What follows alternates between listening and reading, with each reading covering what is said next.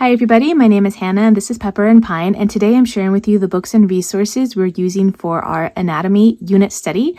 I also have a separate video on the resources we're using for our Waldorf Main Lesson Block on anatomy, which is the muscles and bones, as well as hygiene, nutrition, and physiology.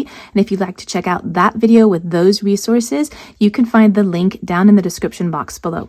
So today I'm sharing with you the books and the resources that you could use for an anatomy unit study, and some of these resources are very similar to one another, and while we haven't used all of them yet, don't forget to check out the review video when we complete this unit so you can see how we enjoyed these books and resources and how we actually use them. So I want to start off with the two new resources that just came in that I'm really excited about, and they're both very similar by the same publisher, and it's the Welcome to the Museum series, and I went ahead and I got both of their anatomy books. There is also a workbook that I decided not to get. I do have the workbook in, I think, the botany book, and I found that it was a gorgeous book, but we didn't actually use it that much. So I decided to not get that for the anatomy book. So there is the original version. They also have the junior edition. So I want to share with you the junior edition. The junior edition is smaller, but it still has those beautiful pages and great illustrations as well as the content.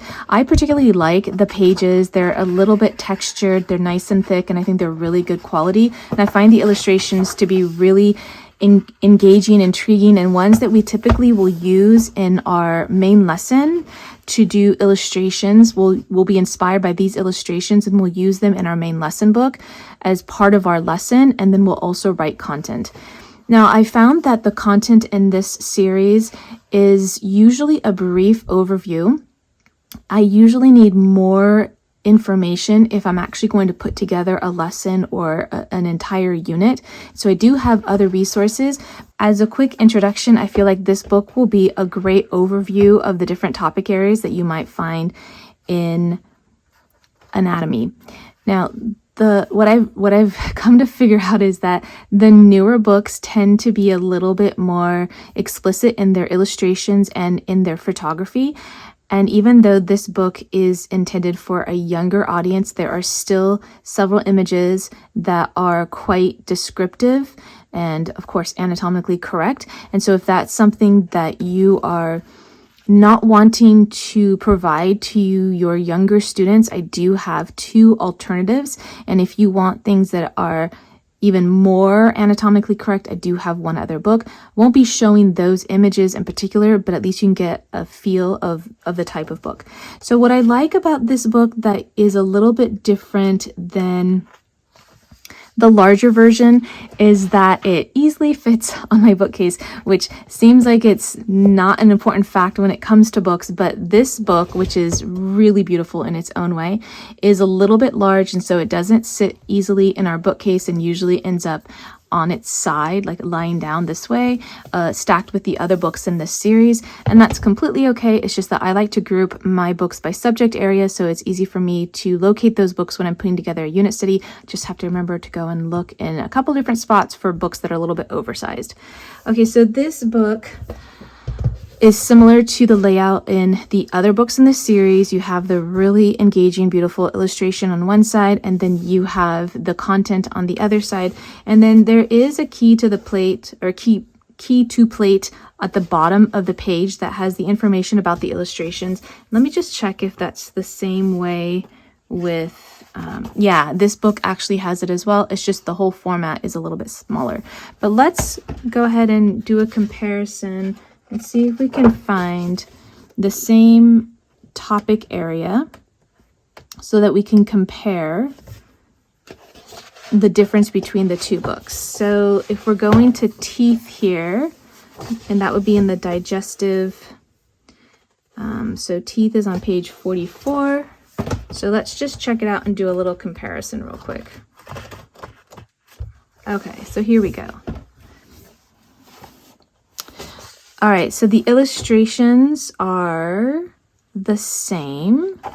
And then since the illustration is the same, this information is the same. However, this has less content. And then as far as the content here,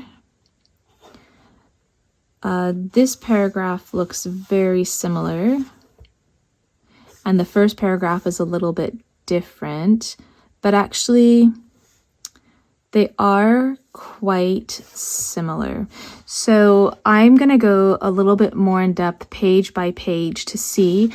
I think that the price point for the smaller book is less than this book, but it seems like the content itself, at least just looking at 1-2 page spread, looks very, very similar. So I will go through and read through the content a little bit more thoroughly in a few different books, and you can find that review, that assessment of the difference between the two books on the blog post that accompanies this video, and you can find the link to that blog post in the description box below. It also has links to all of the materials that we've used, and then any additional videos on this unit you will find on that blog post.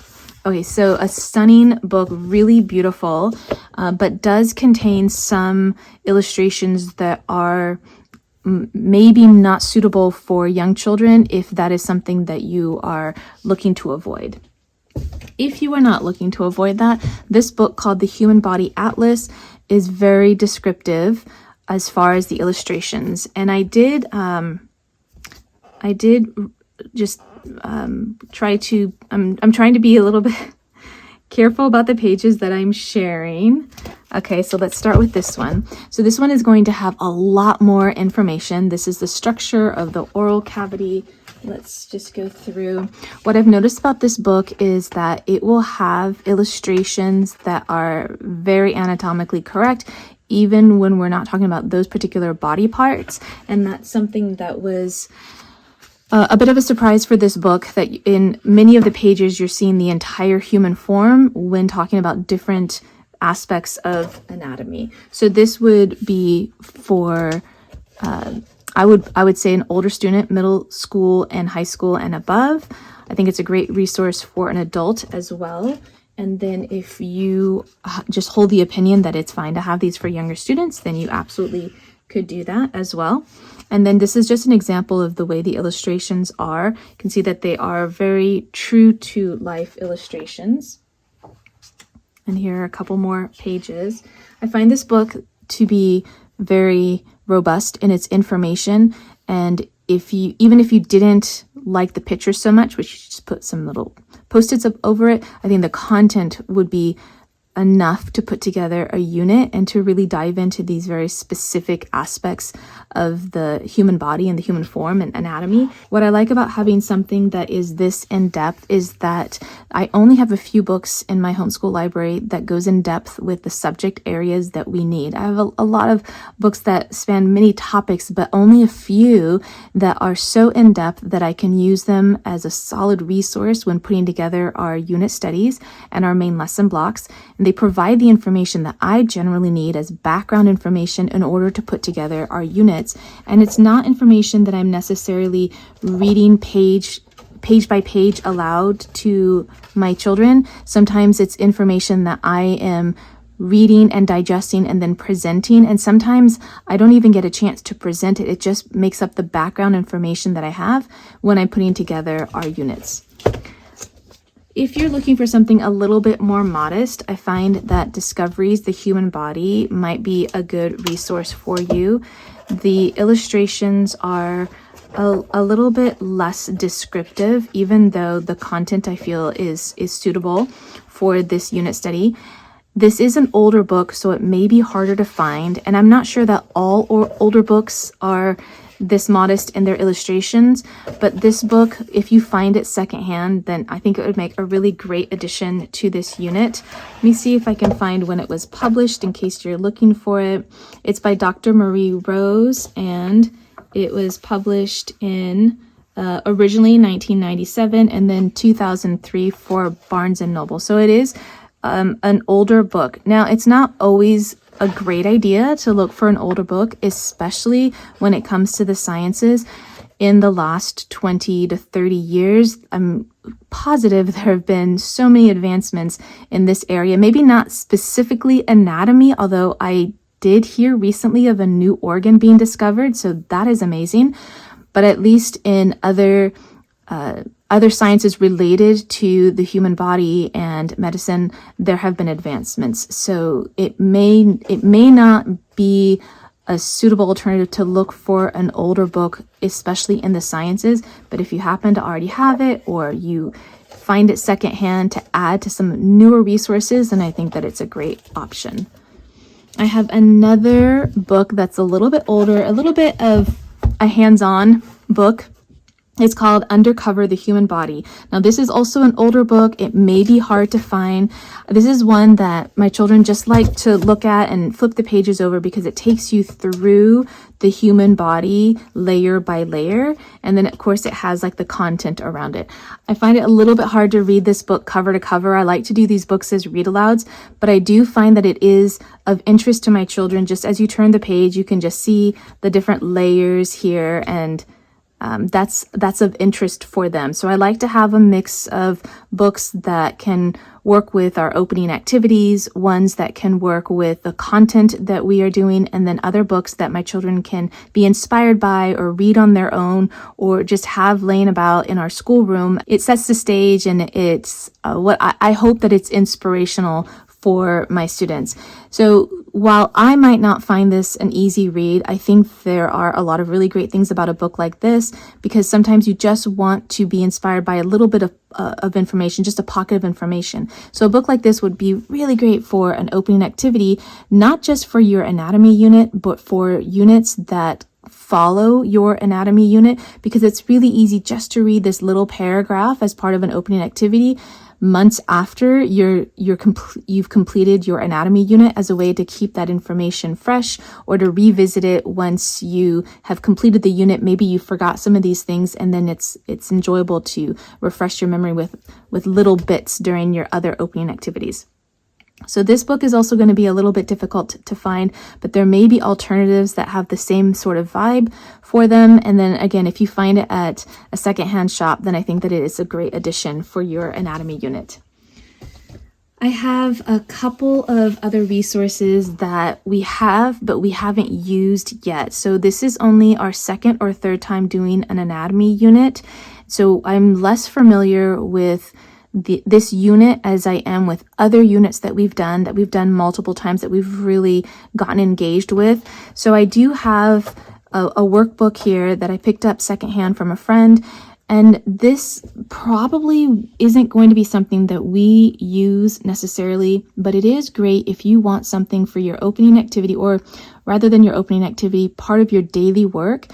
We have daily work that in the past might have only been about 10 minutes long. Our daily work now can run us up to an hour, because I'm homeschooling just a middle schooler at this point. The rest of my students have graduated. And when my students were younger, our daily work would have been maybe 10 to 15 minutes max. And it was usually a page of math and a page of language arts, and it was just a workbook page. And so my students had some binders, or maybe I'd have them stapled together day by day or week by week, and they would just do that work independently. And it was a way for them to do some independent work so that I could be engaged in other activities with my other children or preparing a lesson. And it usually didn't take very long. And I usually just use workbooks that were about 1 to 2 years below grade level, so that it was review. And I think that including a workbook in one of the other subject areas that you have previously done is a great way to add a little bit of extra work into your daily work that coordinates with a previous lesson. So this would be something that you could use. You could do 2 pages, the content and then the workbook page. And this way you could keep this information relevant as you move forward into other lessons. It's been a little bit, and I have been trying to put together our worksheet pages for daily work. And I want to use this book, The Human Body, Science Works for Kids series.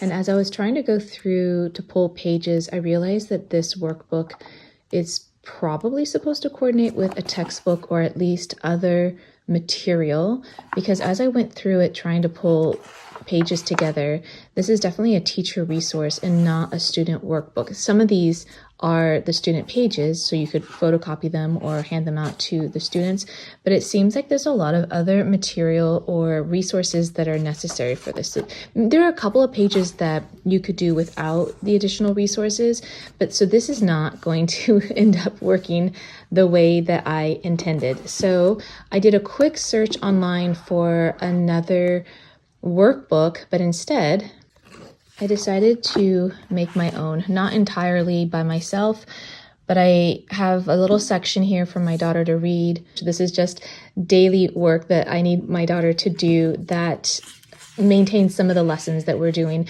And this is technically supposed to be below grade level, but as this is our introduction, it's including content to answer the question. So a little section to read, and then the fill in the blank, some multiple choice, and then some more multiple choice on the next page, some short answer, some comprehension questions, and then the last thing was a diagram to fill in.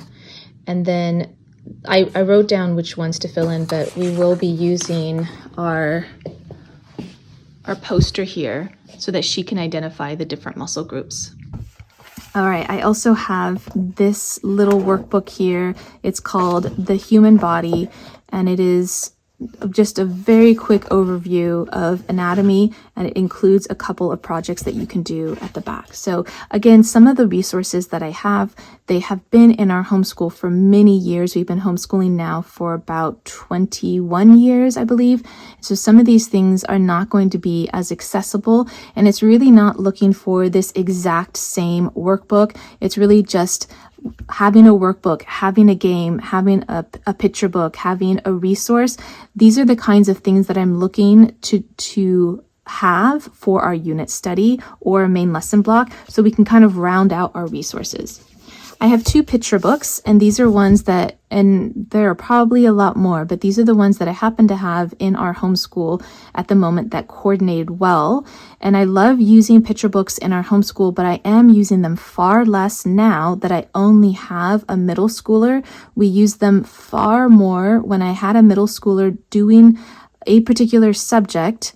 So the picture books coordinate with that subject, but really the picture books were for all of my students, the younger ones especially, and the older ones would be present for it and still be able to listen to the information. The younger ones might be playing or looking at the pictures. So I love using picture books, but I'm no longer adding them to our homeschool library just because my daughter is beyond that age, but I still find them to be of tremendous value, especially if you have younger students. And even if you don't, if your child is in middle school and still enjoys picture books, then I highly encourage you to include them. This one is Who Says Women Can't Be Doctors? And this serves 2 purposes. I love including female role models, especially as picture books or chapter books into our homeschool, not just for my daughter, but for my sons as well. And this is the story of Elizabeth Blackwell. And so she is one of the first female doctors. And so this loosely coordinates with our anatomy unit, and it's just a charming little picture book. So I love having these kinds of resources. And then The Vast Wonder of the World. This is biologist Ernest Everett Just, and this was a recent addition to our homeschool library, and it's really beautifully illustrated. And this is one, again, that loosely coordinates with our anatomy unit, but if there were other books that more closely related to the unit, then I would really encourage you to add those in. And then the other great thing about having picture books is that, again, with your opening activities, you can include things from other units and other main lesson blocks to really round out your opening activities and keep those other lessons fresh. Or even if you've forgotten them, there is importance in forgetting and then remembering, but it allows you to do a little bit of variety before you dive into your main lesson work. I love including games whenever possible, and I have 2 games to share with you. This one is going to be harder to find because it is so old. It's called Somebody, 5 Human Anatomy Games, and we have The Human Body, Professor Noggins. This is a trivia-based game, and this is going to be easier to find. We love these games. We have, we have so many of them, at least a dozen, maybe more. And this one goes through different topic areas. This one in particular covers the human body. It has questions on the back, some easy ones and some hard ones, and an illustration on the front. However, the newer updated versions of the games have photographs as well on the front, not just illustrations. So they've updated them, and I believe even some of the questions have been updated as well. So this is a really great game to play. However, it is trivia based, so sometimes we find it a little bit more challenging to play this game at the beginning of our unit or main lesson block, just because we just haven't acquired enough information, and then by the end of it we feel like we've learned enough, and then we can answer the questions.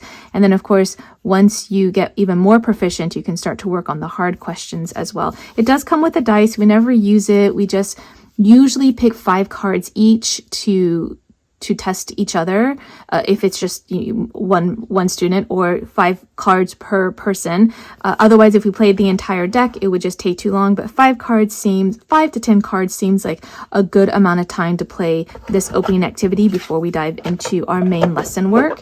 And then we have Somebody. We've had this game for ages, and it is a game where you have the different parts of the body, internal and external, and then you're trying to assemble your card with the appropriate pieces. And so we've played this game over the years.